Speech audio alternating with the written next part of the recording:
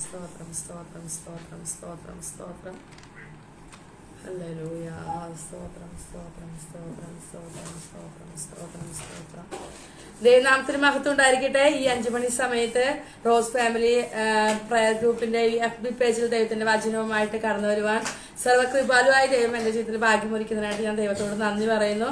അതിന് സാഹചര്യം ഒരുക്കിയ ഗ്രൂപ്പിന്റെ ചീഫ് അഡ്മിനായിരിക്കുന്ന പ്രിയ ആൻഡ്രോടുള്ള എന്റെ സ്നേഹവന്ദനത്തെ അറിയിക്കുന്നു. അല്പസമയത്ത് ചിന്തയ്ക്കായിട്ട് വചനം വായിക്കാനായിട്ട് ആഗ്രഹിക്കുന്നു. നമുക്കെല്ലാം വളരെ സുപരിചിതമായിട്ടുള്ള ഒരു വചനഭാഗമാണ് ഞാൻ ഇന്ന് അല്പസമയത്ത് ചിന്തയ്ക്കായിട്ട് ഞാൻ എടുത്തിരിക്കുന്നത്. യെശയ്യാവിന്റെ പുസ്തകം 60-ാം അധ്യായം അതിന്റെ 1-ാമത്തെ വാക്യം, എഴുന്നേറ്റ് പ്രകാശിക്ക, നിന്റെ പ്രകാശം വന്നിരിക്കുന്നു, യഹോവയുടെ തേജസ്സും നിന്റെ മേൽ ഉദിച്ചിരിക്കുന്നു. ഈ ഒരു വചനത്തെ ആസ്പദമാക്കി ദൈവാത്മാവ് എഴുന്നേറ്റ് പ്രകാശിക്ക എന്നൊരു ഭാഗത്തെ ആസ്പദമാക്കിയിട്ടാണ് എനിക്ക് ചെറിയ ചിന്തകൾ ദൈവം തന്നിരിക്കുന്നത്. നമുക്ക് ഒരുമിച്ച് ദൈവസന്നിധിയിൽ നമ്മളെ തന്നെ താഴ്ത്തി ദൈവത്തിന്റെ ആത്മാവ് നമ്മളോട് സംസാരിക്കണതിന് വേണ്ടി നമുക്ക് പ്രാർത്ഥിക്കാം. ഒരു വാക്ക് പ്രാർത്ഥിച്ച് ആരംഭിക്കാനായിട്ട് ആഗ്രഹിക്കുന്നു. യേശപ്പാ സ്തോത്രം സ്തോത്രം കർത്താവെ, നല്ല സമയത്തിനായിട്ട് സ്തോത്രം ചെയ്ത് പ്രാർത്ഥിക്കുന്നു. കർത്താവെ, അനുഗ്രഹിക്കപ്പെട്ട ഗ്രൂപ്പിൽ കർത്താവെ ദൈവത്തിന്റെ വചനവുമായിട്ട് കർത്താവെ ദൈവമേ ഒരിക്കൽ കൂടി കടന്നു വരുവാൻ സർവകൃപാലുവായ ദൈവം എന്റെ ജീവിതത്തിൽ ഭാഗ്യം ഒരുക്കിയല്ലോ. അതിനായിട്ട് നന്ദി പറയുന്നു. കർത്താവെ ദൈവമേ അല്പസമയം ദൈവത്തിന്റെ വചനം ഷെയർ ചെയ്യാൻ തക്ക വേണം കർത്താവെ കർത്താവെ അങ്ങയുടെ സന്നിധിയിലേക്ക് അടുത്തു വരുന്നു. വചനം കർത്താവെ പറയാൻ ആവശ്യമായ ദൈവകൃപ അടിയുടെ മേൽ പകരുമാറാകണമെന്ന് പ്രാർത്ഥിക്കുന്നു. മോശയോട് കൂടി ദൈവം അടിയുടെ നാവായി തീരുമാറാകണമെന്ന് പ്രാർത്ഥിക്കുന്നു. കർത്താവെ പറയേണ്ടതെന്ന് വ്യക്തമായി കർത്താവ് സംസാരിക്കണം, ഇടപെടുമാറാകണമെന്ന് പ്രാർത്ഥിക്കുന്നു. കേൾക്കുന്ന ഓരോ വ്യക്തികളോടും ദൈവത്തിന്റെ പരിശുദ്ധാത്മാവ് വ്യക്തമായി ശക്തമായി ഇടപെടണമെന്ന് പ്രാർത്ഥിക്കുന്നു. കർത്താവ് പ്രാർത്ഥന ഞാൻ കേട്ടിരിക്കുക. സ്തോത്രം സർവ്വമാന മഹത്വം എടുത്താട്ടെ. യേശുക്രിസ്തു നാമത്തിൽ തന്നെ ആമേൻ. ദൈവനാമത്തിന് മഹത്വം ഉണ്ടായിരിക്കട്ടെ. വചനഭാഗത്തേക്ക് വേഗം കടന്നു വരുന്നു. യെശയ്യാവിന്റെ പുസ്തകം 60-ാം അധ്യായം അതിന്റെ 1-ാമത്തെ വാക്യത്തിൽ ഇപ്രകാരം എഴുതിയിരിക്കുന്നു, എഴുന്നേറ്റ് പ്രകാശിക്ക, എഴുന്നേറ്റ് പ്രകാശിക്ക, എഴുന്നേൽക്കുക എന്നൊരു വിഷയത്തെ ആസ്പദമാക്കിയാണ് ഞാൻ ഇന്ന് നിങ്ങളുമായിട്ട് ഒരു ചെറിയ ചിന്ത, എനിക്ക് ദൈവം തന്ന ഒരു ചിന്ത പങ്കുവെക്കാനായിട്ട് ആഗ്രഹിക്കുന്നത്. നമുക്കറിയാം യെശയ്യാവിനെ കുറിച്ച് നമ്മൾ പഠിക്കുമ്പോൾ യെശയ്യാവ് യെഹൂദയിലെ സ്വാധീനമുള്ള ഒരു കുലീന കുടുംബത്തിലെ അംഗമായിരുന്നു യെശയ്യാവ് എന്ന് നമുക്ക് ചരിത്ര പുസ്തകം പഠിക്കുമ്പോൾ നമുക്ക് കാണാനായിട്ട് കഴിയും. അതുപോലെ തന്നെ ഈ ഒരു പുസ്തകത്തിലൂടെ അല്ലെങ്കിൽ ഇതിന്റെ ഒരു പ്രതിപാദ്യ വിഷയം എന്നുള്ളത് നമുക്ക് നന്നായിട്ട് അറിയാം. മനുഷ്യന്റെ ദുഷ്പ്രവൃത്തികൾ മേലുള്ള ദൈവത്തിന്റെ ന്യായവിധിയെ കുറിച്ച് എഴുതിയിരിക്കുന്നു. പിന്നെ ആ മനുഷ്യൻ എങ്ങനെ രക്ഷപ്പെടണം, യേശുക്രിസ്തുവിലല്ലാതെ അല്ലെങ്കിൽ യേശുക്രിസ്തുവിലൂടെ അല്ലാതെ ഒരുത്തിന് രക്ഷയില്ല എന്ന് വളരെ വ്യക്തമായിട്ട് യേശുക്രിസ്തുവിനെ വരച്ചു കാണിക്കുന്ന ഒരു പ്രവചന പുസ്തകമാണ് യെശയ്യാവിന്റെ പുസ്തകം. നമുക്കറിയാം യേശുക്രിസ്തുവിന്റെ വരവിനെ കുറിച്ചും അവന്റെ പ്രവർത്തികളെ കുറിച്ചും വളരെ വിശദമായിട്ട് ഈ പുസ്തകത്തില് പ്രതിപാദിച്ചിട്ടുണ്ട്.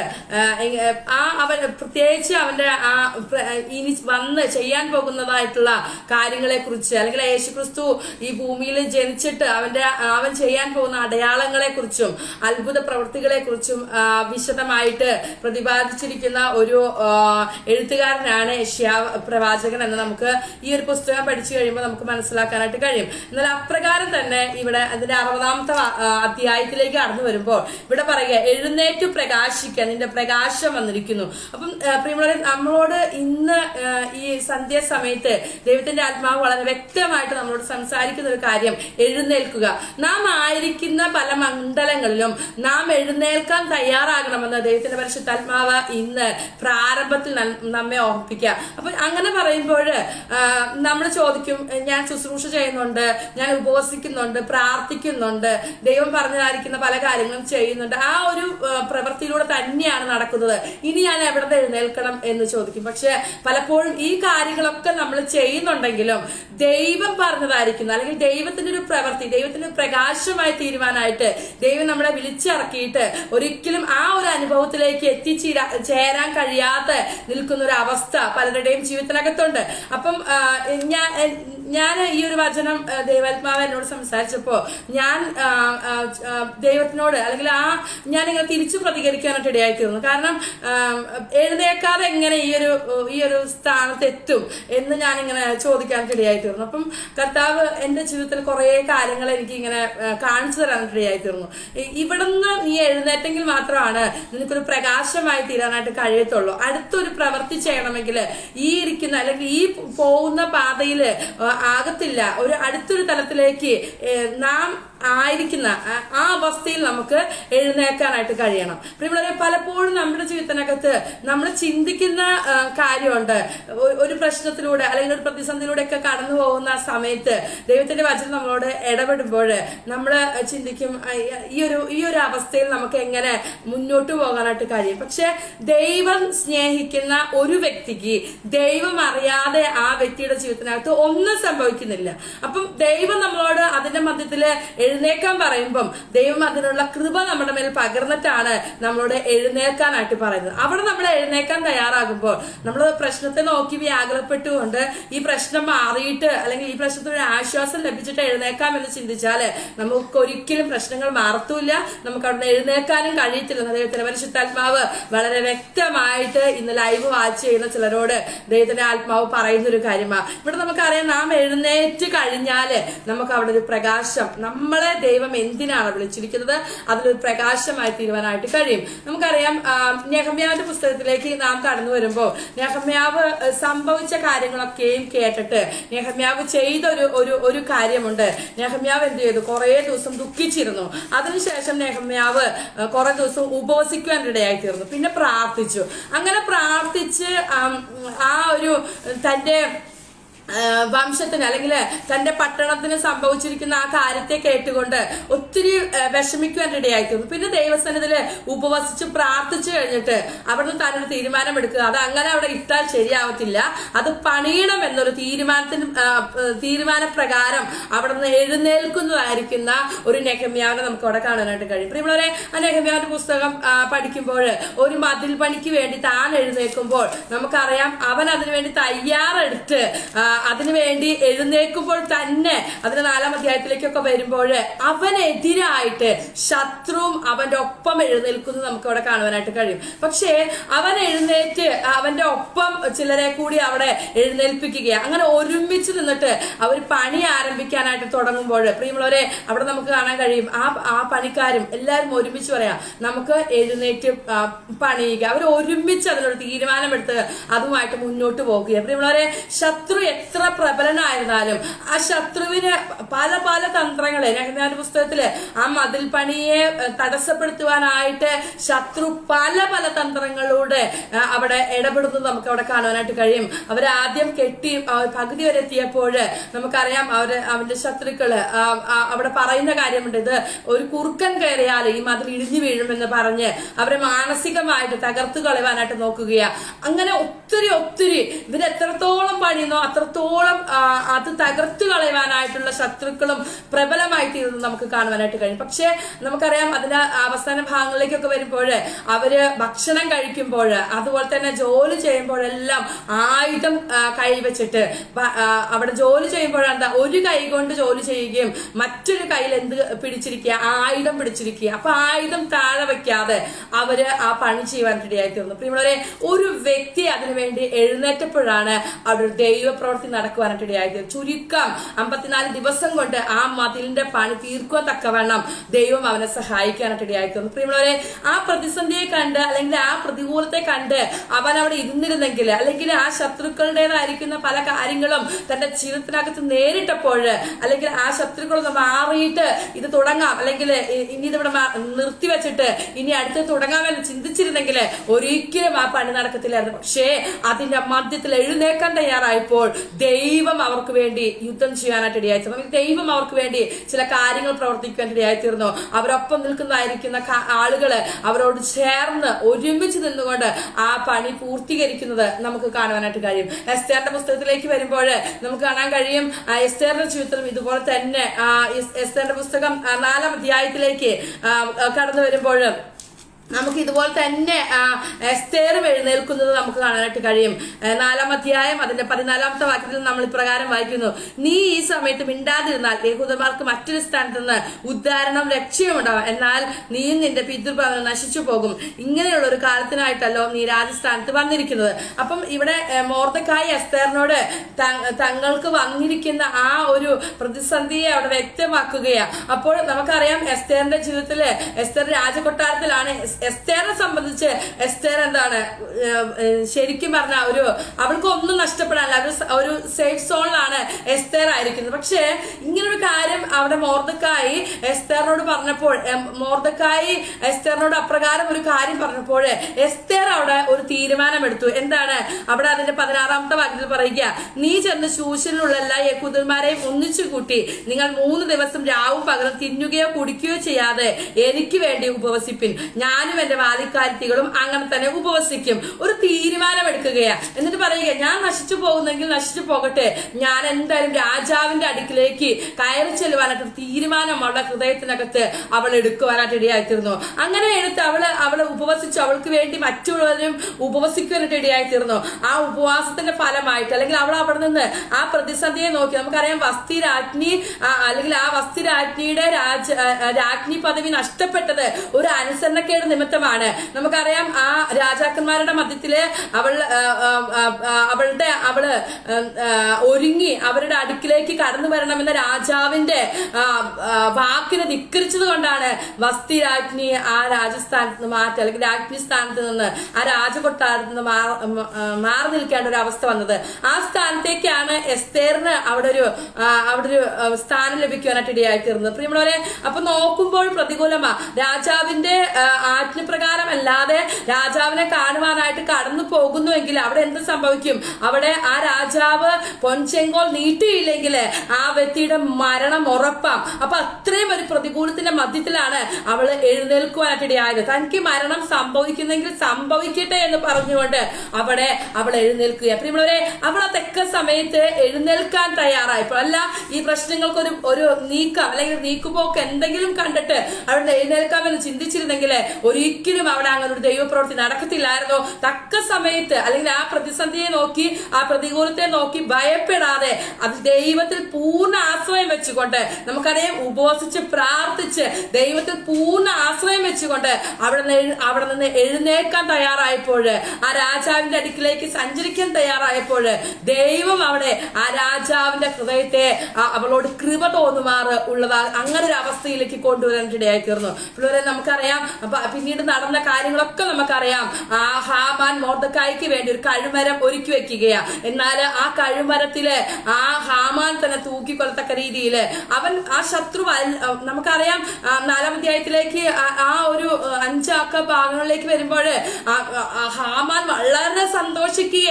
കാരണം മൊർദെഖായിയുടെ മരണത്തെ കുറിച്ച് ചിന്തിച്ച് അവനും അവന്റെ വീട്ടുകാരും പദ്ധതിയിട്ട് അവൻ മാത്രമല്ല അവന്റെ വംശത്തെ മുഴുവൻ നശിപ്പിക്കുവാൻ പദ്ധതിയിട്ടുകൊണ്ട് വളരെ സന്തോഷിക്കുമ്പോൾ ഒരു സ്ഥാനത്ത് ശത്രു വളരെ പ്രബലനായിട്ട് തീരുമ്പോൾ, പ്രിയമുള്ളവരെ, തക്ക സമയത്ത് അവൾ എഴുന്നേറ്റ് ആ രാജാവിന്റെ അടുക്കൽ കടന്നു ചെല്ലുന്നത് നമുക്ക് അവിടെ കാണാനായിട്ട് കഴിയും. പിന്നീട് നമുക്കറിയാം അവരെ വിരുന്നിനെ ക്ഷണിക്കുകയാ. എന്നാൽ ദൈവം ഉപവസിച്ച് പ്രാർത്ഥിച്ച് ദൈവസന്നിധിയിൽ എഴുന്നേറ്റപ്പോൾ അവർക്ക് അനുകൂലമായിട്ട് ദൈവം അവിടെ പദ്ധതികളെ ഒരുക്കി തീർക്കുന്നു നമുക്ക് അവിടെ കാണാനായിട്ട് കഴിയും. രാജാവിന്റെ ഉറക്കം നഷ്ടപ്പെട്ടിട്ട് അവിടെ രാജാവ് ദിനവൃത്താന്ത പുസ്തകം പരിശോധിക്കുകയും മൊർദെഖായിക്ക് നൽകേണ്ട ബഹുമാനങ്ങൾ ആ ശത്രുവായിരിക്കുന്ന ഹാമാനിലൂടെ തന്നെ ചെയ്തെടുക്കുന്നത് നമുക്ക് അവിടെ കാണാനായിട്ട് കഴിയും. പ്രിയമുള്ളവരെ, നമ്മുടെ ജീവിതത്തിനകത്ത് ഏത് പ്രതിസന്ധി വന്നാലും ഏത് പ്രതികൂലം വന്നാലും അതിന്റെ മധ്യത്തിൽ ദൈവം നമ്മളോട് എഴുന്നേൽക്കാൻ പറഞ്ഞാല് ആ പ്രശ്നത്തെ നോക്കി, ആ പ്രതിസന്ധിയെ നോക്കി, ആ പ്രതികൂലത്തെ നോക്കി ഇതിനൊരു മാറ്റം വന്നിട്ട് എഴുന്നേൽക്കാമെന്നല്ല. ദൈവം എപ്പോൾ എഴുന്നേൽക്കാൻ പറയുന്നുവോ ആ സമയത്ത് നാം എഴുന്നേൽക്കാൻ തയ്യാറാകുമ്പോൾ തീർച്ചയായിട്ടും ദൈവം നമ്മളെ ചില വ്യക്തികളുടെ മധ്യത്തില് പ്രകാശമാക്കി തീർക്കുവാനാ ആ തേജസ് നമ്മുടെ മേൽ പകർന്നിട്ട് നമ്മളിലൂടെ യേശുക്രിസ്തുവിനെ മറ്റുള്ളവർ കാണുവാൻ വേണ്ടിയാണ് നമ്മളോട് എഴുന്നേൽക്കാനായിട്ട് പറയുന്നത്. നമ്മൾ ആ തക്ക സമയത്ത് എഴുന്നേൽക്കാൻ തയ്യാറാണെങ്കിൽ തീർച്ചയായിട്ടും ദൈവത്തിന്റെ പ്രവൃത്തിയെ നമുക്ക് കാണുവാനായിട്ട് കഴിയും. നമുക്കറിയാം മർക്കോസിന്റെ സുവിശേഷം 16-ാം അധ്യായത്തിലേക്ക് കടന്നു വരുമ്പോൾ നമുക്കറിയാം അവിടെ യേശു മരിച്ച് ആ യേശുവിന്റെ ബോഡി വെച്ചിരിക്കുന്നത് അല്ലെങ്കിൽ ആ കല്ലറയുടെ അടുക്കിലേക്ക് യേശുവിന്റെ ശരീരത്തിൽ സുഗന്ധവർഗം പൂശേണ്ടതിന് വേണ്ടിയിട്ട് നമുക്കറിയാം ആ മറിയമാര് അവിടെ സഞ്ചരിക്കുകയാണ്. നമുക്കറിയാം ശബത്ത് കഴിഞ്ഞ് മക്തലക്കാരത്തി മറിയും യാക്കോബിന്റെ അമ്മ മറിയും ശലോമിയും ചെന്ന് അവനെ പൂശേണ്ടത് സുഗന്ധവർഗം വാങ്ങി ആഴ്ചവട്ടത്തിന് 1-ാം നാൾ അധികാലത്ത് സൂര്യൻ ഉദിച്ചപ്പോൾ അവർ കല്ലറക്കിൽ ചെന്നു. അവർക്ക് ഒരു സംശയം ഉണ്ടായിരുന്നു. എന്ത് കല്ലറയുടെ വാതിക്കിൽ നിന്ന് നമുക്ക് വേണ്ടി ആ കല്ലുരുട്ടിക്കളയും. അവരുടെ ജീവിതത്തിനകത്ത് ഒരു ക്വസ്റ്റ്യൻ മാർക്ക് ഉണ്ട്. ആ അത്രയും വലിയ കല്ല് ആര് നമുക്ക് വേണ്ടി ഉരുട്ടിക്കളയുമെന്ന്. പക്ഷേ അവരവിടെ എഴുന്നേക്കുവാനായിട്ട് ഇടയാക്കിയിരുന്നു. അവര് വിഷമിച്ചിരിക്കുകയാ. അവര് ആ ക്രൂശീകരണം മുഴുവൻ കണ്ടതാ. യേശു എങ്ങനെയാണ് മരിച്ചതെന്ന് അവർ കണ്ടതാ. അവരുടെ ഹൃദയം ഒത്തിരി അതിദുഃഖത്തിലായതാ. എങ്കിലും അവരെന്ത് ചെയ്തു? അവിടെ ആ ശരീരത്തിൽ പൂശേണ്ടതിന് വേണ്ടിയിട്ടുള്ള ആ സുഗന്ധവർഗ്ഗങ്ങൾ വാങ്ങിച്ചുകൊണ്ട് അവരവിടെ നിന്ന് എഴുന്നേറ്റ് പുറപ്പെടുന്നു നമുക്ക് അവിടെ കാണുവാനായിട്ട് കഴിയും. പ്രിയമുള്ളവരെ, അവരുടെ ഹൃദയത്തിനകത്ത് ഒരു ആശങ്കയുണ്ട്.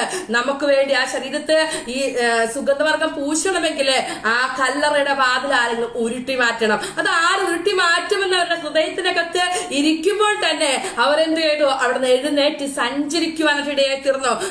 നമുക്കറിയാം, അവിടെ ദൈവത്തിന്റെ ദൂതൻ അവർക്ക് വേണ്ടി ഇറങ്ങുകയാ. സ്വർഗ്ഗത്തിലെ ദൂതൻ അവർക്ക് വേണ്ടി ഇറങ്ങി അവിടെ പ്രവർത്തിക്കുകയാ. ആ കല്ല് ഉരുട്ടി നീക്കിയത് നമുക്ക് അവിടെ കാണുവാനായിട്ട് കഴിയും. പ്രിയമുള്ളവരെ, നമ്മൾ എഴുന്നേക്കാൻ തയ്യാറാണെങ്കിൽ, ഒരുപക്ഷെ നമുക്ക് ആഗ്രഹമുണ്ട്, നാം എഴുന്നേക്കാൻ തയ്യാറാണെങ്കിൽ, അതിന് സ്റ്റെപ്പ് എടുക്കുവാൻ നാം തയ്യാറാണെങ്കിൽ, നമുക്ക് പ്രതികൂലമായിട്ടിരിക്കുന്ന, നമ്മളെ കൊണ്ട് കഴിയത്തില്ലെന്ന് ചിന്തിക്കുന്ന ചില കാര്യങ്ങള് നമുക്കടെ ജീവിതത്തിൽ അനുകൂലമാക്കി തീർക്കുവാനായിട്ട് നമ്മുടെ ദൈവത്തിന് കഴിയും. നമുക്കറിയാം, അവരവിടെ എഴുന്നേറ്റ് സഞ്ചരിച്ചപ്പോൾ പ്രിയമുള്ളവരെ നമുക്ക് കാണാൻ കഴിയുന്ന ഒരു കാര്യം, ദൂതൻ അവർക്ക് വേണ്ടി കല്ലുരുട്ടി നീക്കുകയാ. പിന്നീട് നമുക്കറിയാം, അവിടെ നടന്ന കാര്യങ്ങളെല്ലാം നമുക്ക് വിശദമായിട്ട് അറിയാനായിട്ട് കഴിയും.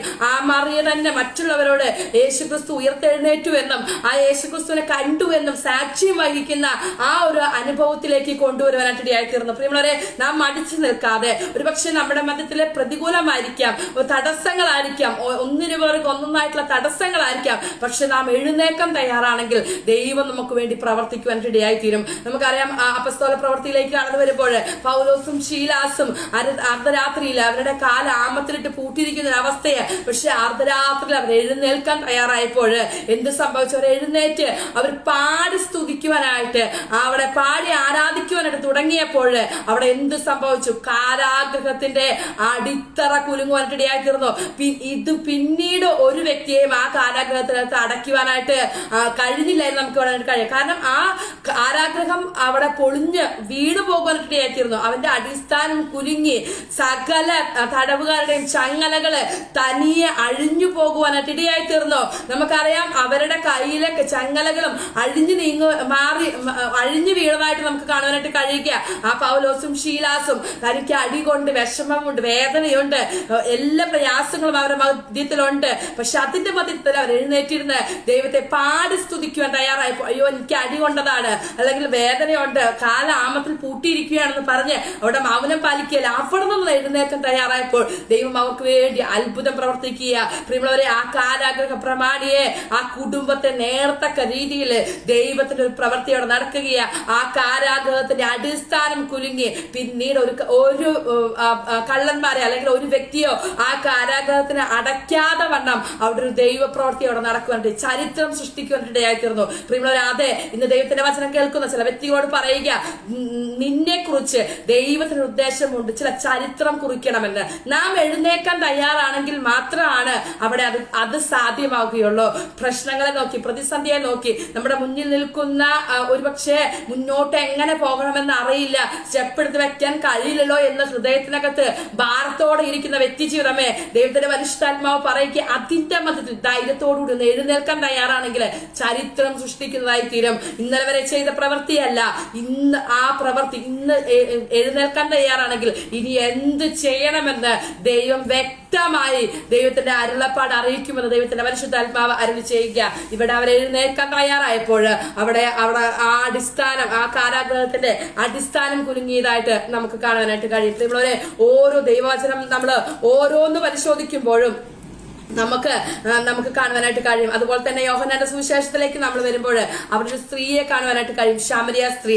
ആ ശമരിയ സ്ത്രീയെ യേശു കണ്ട് അവളോട് സംസാരിക്കുകയാണ്. അവളോട് ആ യേശു മിശിഹ ആരാണെന്നും അതിന്റെ ഉദ്ദേശം എന്താണെന്നും തന്റെ മതത്തിൽ നിൽക്കുന്ന ആരാണെന്നുള്ള ഒരു ഉത്തമ ബോധ്യം യേശു ക്രിസ്തു പകർന്നു കൊടുത്തപ്പോൾ അവൾ എന്ത് ചെയ്തു? അവൾ ചെയ്തിരുന്ന, അല്ലെങ്കിൽ അവൾ എന്തിനു വന്നോ ആ പ്രവൃത്തി പോലും വിട്ടിട്ട് അവൾ അവിടെ നിന്ന് എഴുന്നേറ്റ് ഓടുന്നത് നമുക്ക് അവിടെ കാണാനായിട്ട് കഴിയും. അവളിലൂടെ ആ പട്ടണം വിടുവിക്കപ്പെട്ടു. പ്രത്യക്ഷപ്പെടുകയാണ്. ആ ശമരിയ പട്ടണം അതുവരെയും ഒരു വിലയുമില്ലാതെ മറ്റുള്ളവർ ആ പട്ടണത്തെ പുച്ഛിച്ച് തള്ളിയിരുന്ന ആ പട്ടണം യേശുവിനെ കുറിച്ച് അറിയുവാനായിട്ടിടയായിത്തീർന്നു. ആ പട്ടണം യേശുവിന്റെ സാക്ഷ്യം വഹിച്ച ഒരു പട്ടണമായി തീർന്നു എന്ന് നമുക്ക് അവിടെ കാണാനായിട്ട് കഴിയും. പ്രിയമുള്ളവരെ, അങ്ങനെയെങ്കിൽ നാം എഴുന്നേക്കാൻ തയ്യാറാണെങ്കിൽ, നമ്മുടെ വചനം കേൾക്കുമ്പോൾ ദൈവത്തിന്റെ പരിശുദ്ധാത്മാവ് നമ്മളെ ശക്തമായിട്ട് നമ്മുടെ ഹൃദയത്തിനകത്ത് ബോധ്യം തരുമ്പോൾ നാം എഴുന്നേക്കാൻ തയ്യാറാണെങ്കിൽ ഇതുപോലുള്ള പ്രവർത്തികൾ നമ്മുടെ ജീവിതത്തിനകത്ത് നടക്കുമെന്ന് ദൈവത്തിന്റെ പരിശുദ്ധാത്മാവ് ഇന്ന് വ്യക്തമായിട്ട് വിളിച്ചു പറയുക.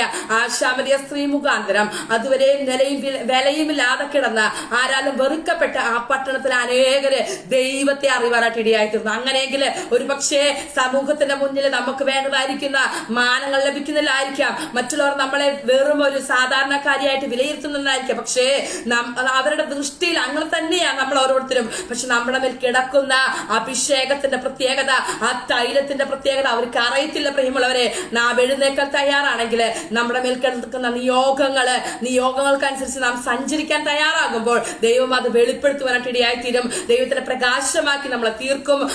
നമുക്കറിയാം, അവിടെ നമുക്ക് കാണാൻ കഴിയും അവരുടെ തേജസ് നമ്മുടെ മേലെ ഉദിക്കുവാനായിട്ട് ഇടയായിത്തീരും. പ്രിയമുള്ളവരെ, ഈ ദിവസങ്ങൾ നമുക്ക് തീരുമാനമെടുക്കാം ദൈവത്തിന് വേണ്ടി നമുക്കൊന്ന് എഴുന്നേൽക്കാനായിട്ട്. ആ ദൈവം നമ്മോട് പറയുക, എഴുന്നേൽക്കുക, എഴുന്നേറ്റ് പ്രകാശിക്കുക, പ്രകാശം നിന്റെ പ്രകാശം വന്നിരിക്കുന്നു. അപ്പൊ നാം ആയിരിക്കുന്ന സാഹചര്യത്തില് നമ്മൾ എഴുന്നേറ്റെങ്കിൽ മാത്രമാണ് നമുക്ക് പ്രകാശിക്കാനായിട്ട് കഴിയത്തുള്ളൂ. അതുപോലെ തന്നെ പറയുക, ദൈവത്തിന്റെ തേജസ് നിന്റെ മേലെ ഉദിച്ചിരിക്കുന്നു. അത് നമ്മുടെ ജീവിതത്തിൽ വെളിപ്പെടണമെങ്കിൽ നാം ആയിരിക്കുന്ന സാഹചര്യത്തില് നമ്മൾ എന്ത് ചെയ്യണം? നമ്മളെ എഴുന്നേൽക്കാനായിട്ട് തയ്യാറാകണം. ഈ ദിവസങ്ങളിൽ നമുക്ക് നമ്മളെ തന്നെ ഒന്ന് ദൈവസ്ഥലിൽ സമർപ്പിച്ചു കൊടുക്കാൻ. പ്രിയമുള്ളവരെ, അങ്ങനെ സമർപ്പിച്ചു കൊടുക്കാൻ തയ്യാറാണെങ്കിൽ നമ്മള് ഇന്നായിരിക്കുന്ന ഈ പ്രതികൂലമില്ലേ, ഇന്ന് അനുഭവിക്കുന്ന ഈ വേദനയില്ലേ, മക്കളെ ചൊല്ലി അല്ലെങ്കിൽ സാമ്പത്തിക വിഷയത്തെ ചൊല്ലി, ഞാൻ ഇപ്പോൾ ദൈവത്തെ കുറിച്ച് അല്ലെങ്കിൽ ഇപ്പൊ ഞാൻ ദൈവത്തിന് വേണ്ടി എന്ത് ചെയ്യാനാ, ഇത്രയും കടം എന്റെ ജീവിതത്തിനകത്ത് നിൽക്കുകയാ, എന്റെ തലമുറ ഇങ്ങനെ നിൽക്കുന്നൊരവസ്ഥയില് എനിക്ക് എങ്ങനെ പ്രകാശിക്കാനായിട്ട് കഴിയും, ഞാൻ എന്റെ ദൈവത്തിന്റെ വചനമായിട്ട് ആരോടെങ്കിലും എനിക്ക് പറയാനുള്ള യോഗ്യതയുണ്ടോ എന്നെല്ലാം ചിന്തിക്കുന്ന വ്യക്തിജീവിതങ്ങള് ഈ ലൈവ് കാണുന്നുണ്ട്. പ്രിയ വ്യക്തിജീവിതമേ, ദൈവത്തിന്റെ പരിശുദ്ധാത്മാവ് പറയുക, ഇതൊക്കെ നിന്റെ ജീവിതത്തിനകത്ത് തന്നത് ആ ദൈവം അറിയാതെ അല്ല തലമുറകൾ തെറ്റിപ്പോയത്, പിന്മാറ്റത്തിലേക്ക് പോയിരിക്കുന്നത്, കടബാധ്യത വന്നത്, ഇപ്പോഴായിരിക്കുന്ന രോഗത്തിന്റെ അവസ്ഥ കടന്നു വന്നത്, ഇതൊന്നും ദൈവം അറിയാതെയല്ല. എന്നാൽ ഇതിന്റെ മധ്യത്തിൽ എഴുന്നേൽക്ക എന്ന ശബ്ദം കേൾക്കുമ്പോൾ എഴുന്നേക്കാൻ തയ്യാറാണെങ്കിൽ ദൈവം അവിടെ പ്രകാശമാക്കി തീർക്കും. നീ ആയിരിക്കുന്ന ആശുപത്രിയില് ഒരു പ്രകാശമാക്കി തീർക്കും. അനേകര് നിന്റെ അടുത്ത് വന്ന് പ്രാർത്ഥന സഹായം ചോദിക്കാനിടയായിത്തീരും. നീ ആയിരിക്കുന്ന ഭവനത്തിനകത്ത് ഇരുന്ന് പ്രാർത്ഥിക്കാൻ, എഴുന്നേറ്റിരുന്ന് പ്രാർത്ഥിക്കാൻ തയ്യാറാണെങ്കിൽ അതേ അനേകര് നിന്റെ ഭവനത്തിലേക്ക് കടന്നു വരും പ്രാർത്ഥന സഹായവുമായിട്ട്. എനിക്ക് വേണ്ടി ഒരു വാക്ക് പ്രാർത്ഥിക്കണമേ എന്ന് പറയാനിട്ടിടയായിത്തീരും.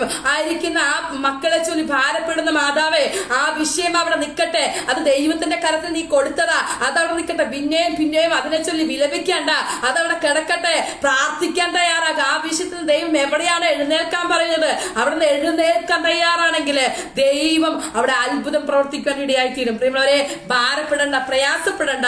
ദൈവം നമ്മുടെ ജീവിതത്തിനകത്ത് ഓരോ പ്രശ്നങ്ങളിലൂടെ, ഓരോ പ്രതിസന്ധികളിലൂടെ കടത്തിവിടുന്നത് അവിടെ എല്ലാം പ്രകാശമായി തീരുവാനാ. അവിടെ ആ പ്രശ്നങ്ങൾ വരുമ്പോ, പ്രതിസന്ധികൾ വരുമ്പോ ദൈവത്തെ ഇട്ടേച്ച് പോകുവാനല്ല, ഇങ്ങനൊരു ദൈവത്തെ എനിക്ക് ആവശ്യമില്ലെന്ന് പറയാനല്ല, ദൈവത്തിൽ നേരെ പിറുപിറുക്കാനല്ല, അതിന്റെ മധ്യത്തിൽ നിന്ന് എഴുന്നേറ്റ് പ്രകാശിക്കുവാനാണ് ദൈവം നമ്മളെ വിളിച്ചിരിക്കുന്നത്. അതുകൊണ്ട് ഈ വചനങ്ങൾ ദൈവം നമ്മളെ ഓരോരുത്തരെയും സഹായിക്കട്ടെ. എഴുന്നേറ്റ് പ്രകാശിക്കുക, നിന്റെ പ്രകാശം വന്നിരിക്കുന്നു, ദൈവ തേജസ് നിന്റെ മേൽ ഉദിച്ചിരിക്കുന്നു. ഈ വചനങ്ങൾ പ്രകാരം പ്രിയമുള്ളവരെ, നമുക്ക് ഓരോരുത്തർക്കും ഈ ദിവസങ്ങളിൽ നാം ആയിരിക്കുന്ന ആ സേഫ് സോണുകളിൽ നിന്ന്, നാം ആയിരിക്കുന്ന ആ പ്രതിസന്ധിയുടെ നടുവിൽ നിന്ന് നമുക്കൊന്ന് എഴുന്നേൽക്കുവാനായിട്ട് തയ്യാറാക്കാം. നാം എഴുന്നേക്കാൻ തയ്യാറാണെങ്കിൽ തീർച്ചയായിട്ടും ദൈവത്തിന്റെ പ്രവൃത്തിയെ നമുക്ക് അവിടെ കാണുവാനായിട്ട് കഴിയും. പ്രിയമുള്ളവരെ, ഒരു കാര്യം കൂടി ഞാൻ നിങ്ങളോട് പറയാം. പുറപ്പാട് പുസ്തകം നമ്മൾ പഠിക്കുമ്പോൾ അവിടെ നമുക്കൊരു മിര്യാമിനെ കാണാനായിട്ട് കഴിയും. അതിന്റെ 14-ാമത്തെ വാക്യത്തില് അവിടെ മിര്യാമിനെ കുറിച്ച് അവിടെ പറയുന്ന ഒരു കാര്യമുണ്ട്. മിര്യാം ആ ചെങ്കടൽ കടന്നു കഴിഞ്ഞപ്പോൾ മിര്യാം ചെയ്തൊരു കാര്യമുണ്ട്. മിര്യാം എന്ന പ്രവാചകി തപ്പെടുത്ത് എന്ത് ചെയ്തു? ദൈവത്തെ മഹത്വപ്പെടുത്തുവാൻ ഇടയായി തീർന്നു. അവളോടൊപ്പം മറ്റു സഹോദരിമാരും നൃത്തം ചെയ്ത് ദൈവത്തെ ആരാധിക്കുവാനായിട്ട് ഇടയായി തീർന്നു. പ്രിയമുള്ളവരെ, എന്തുകൊണ്ടാണ് അവൾ തപ്പെടുക്കുവാനായിട്ട് ഇടയായി തീർന്നത്? അതിന്റെ ആദ്യ ഭാഗങ്ങളിലേക്ക് പോകുമ്പോൾ നമുക്കൊരു കാര്യം കാണുവാനായിട്ട് കഴിയും. ആ മോശയെ 3 മാസം വീടിനകത്ത് ഒളിപ്പിച്ചു വെച്ചൊരു ചരിത്രമുണ്ട്. എന്നാല് നമുക്കറിയാം 3 മാസത്തില് ഇനിയും അവരെ അങ്ങനെ ഒളിപ്പിച്ച് വളർത്തുവാനായിട്ട് കഴിയത്തില്ലെന്ന് നമുക്ക് കണ്ടു കഴിഞ്ഞപ്പോൾ ആ കുടുംബം ചെയ്തൊരു കാര്യമുണ്ട്. ഒരു ഞാണക പെട്ടകമുണ്ടാക്കി അതിനകത്ത് പശ തേച്ച് അതിനകത്ത് ആ കുഞ്ഞിനെ കിടത്തിയിട്ട് ആ നൈൽ നദിയിലൂടെ ഒഴുക്കി വിടുക. ആ രാജകുമാരി ആ നൈൽ നദിയുടെ അടുക്കിലേക്ക് കടന്നു വരിക. പ്രിയമുള്ളവരെ, ആ രാജകൊട്ടാരത്തില് കുളിക്കുവാനായിട്ട് സ്ഥലമില്ലാതെയാണോ ആ രാജകുമാരി ആ നൈൽ നദിയുടെ അടുത്തേക്ക് കടന്നു വരുന്നത്? പക്ഷെ ചരിത്രം പഠിക്കുമ്പോൾ നമ്മൾ ഇപ്രകാരം കാണാനായിട്ട് കഴിയുന്നു. ആ നദീതീരത്ത് അനേക ദേവന്മാരുടെ ക്ഷേത്രങ്ങളുണ്ടായിരുന്നു. അതിനെ വെള്ളത്തിൽ മുങ്ങി നനഞ്ഞ് അതിനെ പ്രസാദിപ്പിക്കാൻ അല്ലെങ്കിൽ അതിന്റെ മുന്നിൽ പോയി പ്രാർത്ഥിക്കുന്നതിന് വേണ്ടിയാണ് ആ രാജ്ഞി കടന്നു വന്നതെന്ന് നമുക്ക് കാണാനായിട്ട് കഴിയും. എങ്ങനെയാണെങ്കിലും അവൾ ആ സമയത്ത് അവിടെ കടന്നു വരാനിടയായി തീർന്നു. ഒരു പെട്ടകം ഒഴുകി വരുന്നത് കണ്ടപ്പോൾ അതിനെ കയ്യിലെടുക്കുവാനിടയായി തീർന്നു. അത് തുറന്നു നോക്കിയപ്പോൾ ആ മോശക്കുഞ്ഞിനെ കാണുവാനിടയായി തീർന്നു. അവൾക്കറിയാം ഇത് ആരുടെ കുഞ്ഞാണ്, ഇത് നഷ്ടപ്പെട്ടു പോകേണ്ട കുഞ്ഞാ. കൊട്ടാരത്തിൽ നിന്ന് ആജ്ഞ പുറപ്പെടുവിച്ചിട്ടുണ്ട്, തന്റെ പിതാവ് ആജ്ഞ പുറപ്പെടുവിച്ചിട്ടുണ്ടെന്ന് അറിഞ്ഞിട്ട് തന്നെ ആ കുഞ്ഞിന്റെ മുഖം കണ്ടപ്പോൾ അവളുടെ മനസ്സ് എന്ത് ചെയ്യാനായി ഇടയായി തീർന്നു? ആ കുഞ്ഞിനോട് അനുകമ്പ തോന്നുവാനായിട്ട് ഇടയായി തീർന്നു. ആ കുഞ്ഞിനോട് വാത്സല്യം തോന്നുവാനായിട്ട് ഇടയായി തീർന്നു. ആ കുഞ്ഞിനെ എടുക്കുകയാ. എന്നാൽ ഇതെല്ലാം നോക്കിക്കൊണ്ട് നിൽക്കുന്ന ഒരു സഹോദരിയെ നമുക്ക് അവിടെ കാണാനായിട്ട് കഴിയും. ഈ മിരിയാം ദൂരത്ത് നിന്ന് നോക്കി നിൽക്കുകയാ. നമുക്കറിയാം ആ പെട്ടകം എടുത്ത് തുറന്നു നോക്കുന്നു. ആ കുഞ്ഞിനെ കണ്ട് ആ മുഖത്തെ എക്സ്പ്രഷൻ എല്ലാം നോക്കിക്കൊണ്ട് നിന്ന ഒരു പെങ്ങളായിരുന്നു മിരിയാം എന്ന് നമുക്ക് കാണുവാനായിട്ട് കഴിയും. അവൾ ഓടി വരികയാ രാജകുമാരിയുടെ അടുക്കിലേക്ക്. ഓടി വന്നിട്ട് രാജകുമാരിയോട് ധൈര്യത്തോട് ചോദിക്കുന്ന ഒരു കാര്യമുണ്ട്. ഈ കുഞ്ഞിനെ പാല് കൊടുത്ത് വളർത്തുവാനായിട്ട് ഒരു വ്യക്തിയെ വിളിച്ചു കൊണ്ടുവരട്ടെ, തന്റെ അമ്മയെ വിളിച്ചിട്ട് വരട്ടെ എന്ന് പറഞ്ഞില്ല, കുഞ്ഞിന്റെ അമ്മയെ വിളിച്ചിട്ട് വരണമെന്ന് പറഞ്ഞില്ല, ഒരാളെ കൊണ്ടുവരട്ടെ എന്ന് ചോദിക്കാനിടയായി തീർന്നു. ആ രാജകുമാരി അതേന്ന് പറഞ്ഞ അവൾ സന്തോഷത്തോടെ വീട്ടിലേക്ക് ഓടിപ്പോയി തന്റെ അമ്മയെ വിളിച്ചിട്ട് വരിക. പ്രിയമുള്ളവരെ, ഈ നമ്മള് നോക്കുമ്പോൾ സ്വന്തം മകന് പാല് കൊടുത്ത് പൈസ വാങ്ങിച്ചിട്ടുള്ള ഏക വ്യക്തി ഒരുപക്ഷെ അത് മോശയുടെ അമ്മയായിരിക്കാം.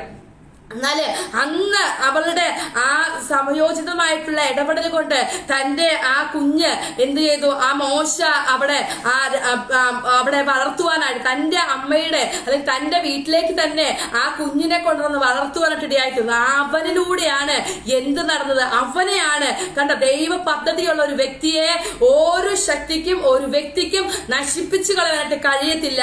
അനേക കുഞ്ഞുങ്ങൾ ആ ദേശത്ത് മരിച്ചു പോയതാ. പക്ഷേ തിരഞ്ഞെടുപ്പും വിളിയുമുള്ള നമ്മൾ ഓരോരുത്തരെയും തെരഞ്ഞെടുക്കുന്നത് ഇന്നോ ഇന്നലെയല്ല. നാം അമ്മയുടെ ഉദരത്തിൽ ഉരുവാകുന്നതിന് മുന്നമേ ദൈവം നമ്മളെ തിരഞ്ഞെടുത്തതാ. തെരഞ്ഞെടുപ്പ് വീണ ഒരു വ്യക്തിയെ, ദൈവത്തിന്റെ നിയോഗമുള്ള ഒരു വ്യക്തിയെ ഒരു ശക്തിക്കോ വ്യക്തിയോ നശിപ്പിച്ച് കളയാനായിട്ട് കഴിയത്തില്ലെന്ന് ദൈവത്തിന്റെ പരിശുദ്ധാത്മാവ് എന്ന് വ്യക്തമാക്കി. ഇതൊന്നും ഞാൻ പറയാൻ ഉദ്ദേശിച്ച കാര്യങ്ങളല്ല. ദൈവത്തിന്റെ പരിശുദ്ധാത്മാവ് വ്യക്തമായി എന്നോട് ഇടപെട്ടത് കൊണ്ടാണ് ഞാൻ ഇത് പറഞ്ഞത്. എങ്ങനെ ആരോ ഇന്നത്തെ വചനം കേൾക്കുന്നുണ്ട്. ദൈവത്തിന്റെ നിയോഗം പ്രാപിച്ച വ്യക്തി ജീവിതമേ നിന്നെ തകർക്കുവാൻ ഒരു ശക്തിക്കോ ഒരു വ്യക്തിക്കോ കഴിയത്തില്ല എന്ന് ദൈവത്തിന്റെ പരിശുദ്ധാത്മാവ് വിളിച്ചു പറയുക. ആ രാജ്യത്ത് ഒരു രാജ്യ കൽപ്പന പുറപ്പെടുവിച്ചു. ആ കൽപ്പനയ്ക്ക് പോലും നിയോഗമുള്ളവന്റെ ദേഹത്ത് തൊടുവാനായിട്ട് കഴിഞ്ഞില്ല എന്ന് മോശയുടെ ജീവിതത്തിലൂടെ നമുക്ക് കാണുവാനായിട്ട് കഴിയുക. അതുകൊണ്ടാണ് അവള് ആ മിസ്രൈമിൽ നിന്ന് ആ ജനത്തെ മുഴുവൻ വിടിവിച്ചു കൊണ്ടുവന്നപ്പോൾ ആ ഫറവോന് സൈന്യം മുഴുവൻ ആ വെള്ളത്തില് അവർ ഒരുത്തൻ പോലും ഇല്ലാതെ അവരെ പിന്തുടർന്ന ആ ശത്രു ഒന്നുപോലും ശേഷിക്കാതെ വെള്ളം ആ വെള്ളം അവരെ മുക്കിക്കളഞ്ഞപ്പോൾ അവര് നല്ല ഉണങ്ങിയ നിലത്തിലൂടെ അവിടെ നിന്ന് പുറപ്പെട്ട് ആ വെള്ളം അവർക്ക് വേണ്ടി വേർതിരിഞ്ഞ് ഉണങ്ങിയ നിലത്തിലൂടെ അവർ തിരിച്ച് ഇക്കരെത്തിയപ്പോൾ അവരെന്ത് ചെയ്യുകയാ? അവർ തപ്പെടുത്ത് സന്തോഷിക്കുക. പ്രിയമുള്ളവരെ, അവർ ചിന്തിക്കുവാനായിട്ടിടയായി തീർന്നു ആര് മുഖാന്തരമാണെന്ന്. പ്രിയമുള്ളവരെ, അതുപോലെ നമ്മൾക്കൊന്ന് എഴുന്നേക്കാം. പ്രിയമുള്ളവരെ, ഈ ദിവസങ്ങൾ നമ്മുടെ ചുറ്റും ഇതുപോലുള്ള വ്യക്തി ജീവിതങ്ങൾ കിടപ്പുണ്ട്. അനേകം മരണത്തെ ആശ്രയിച്ചുകൊണ്ട് മരണമല്ലാതെ എന്റെ ജീവിതത്തിനകത്ത് ഒന്നുമില്ലെന്ന് പറഞ്ഞ് ഇനി മരിക്കല്ലാതെ എന്റെ ജീവിതത്തിനകത്ത് രക്ഷയില്ലെന്ന് പറഞ്ഞു കിടക്കുന്ന ചില വ്യക്തി ജീവിതങ്ങള് നമ്മുടെ ചുറ്റുവട്ടത്തും ഉണ്ടെന്ന് നമ്മളൊന്ന് പ്രാർത്ഥിക്കാൻ തയ്യാറാക്കുക. നമ്മുടെ ദേശം ദുഃഖിക്കുന്നവരെ വേദനിക്കുന്നവരെ ദൈവത്തിന്റെ പരിശുദ്ധാത്മാവ് നമുക്ക് വെളിപ്പെടുത്തി തരാനായിട്ട് ഇടയായിത്തീരും. പ്രിയമുള്ളവരെ, അങ്ങനെ പ്രാർത്ഥിക്കണമെങ്കിൽ നാം ആയിരിക്കുന്ന ഈ സാഹചര്യത്തിൽ നിന്ന് എഴുന്നേക്കുവാനായിട്ട് തയ്യാറാക്കണം. അങ്ങനെ എഴുന്നേറ്റ് ദൈവസ്ഥലിൽ പ്രാർത്ഥിക്കുവാൻ തയ്യാറാണെങ്കിൽ തീർച്ചയായിട്ടും ദൈവം നമ്മളെ ഒരു പ്രകാശമാക്കി തീർക്കാൻ ഇടയായിത്തീരും. ഞാൻ സന്ദേശം ഇവിടെ നിർത്തുവാനായിട്ട് ആഗ്രഹിക്കുക. പ്രാർത്ഥിക്കുക. ഇവിടെ പറയുക, നാം എഴുന്നേറ്റു പ്രകാശിക്കുക. നിന്റെ പ്രകാശം വന്നിരിക്കുന്നു. ഈ ദിവസങ്ങളിൽ നമുക്ക് എഴുന്നേക്കാം, ദൈവത്തിന് വേണ്ടി പ്രകാശിക്കാം. അതിനായിട്ട് ദൈവം ഓരോരുത്തരെയും സഹായിക്കട്ടെ എന്ന് പറഞ്ഞുകൊണ്ട് ഞാൻ എനിക്കിങ്ങനെ അവസരം തന്ന ഈ ഗ്രൂപ്പിനോടും ഇതിന്റെ ചീഫ് അഡ്മിൻ ആയിരിക്കുന്ന റോസ്ലിനോടുള്ള പ്രത്യേക നന്ദി ഞാൻ അറിയിക്കുന്നു. ദൈവം എല്ലാവരെയും ധാരാളം അനുഗ്രഹിക്കട്ടെ. ആമേൻ.